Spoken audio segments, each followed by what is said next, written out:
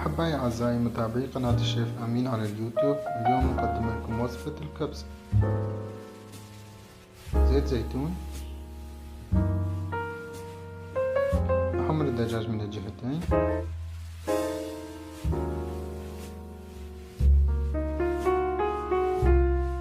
مئة غرام من البصل، 100 غرام من الجزر والفلفل،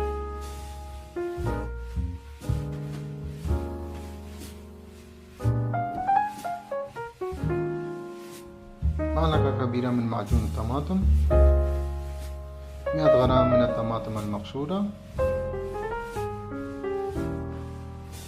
البهارات ملح، فلفل أسود، بابريكا مدخنة، كاري، لومي، ورقة الغار، حبة الهيل.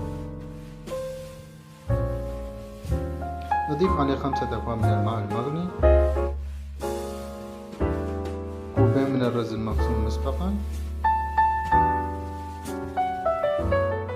نقلبها جيدا ونتركها تطبخ على نار هادية لمدة ساعة.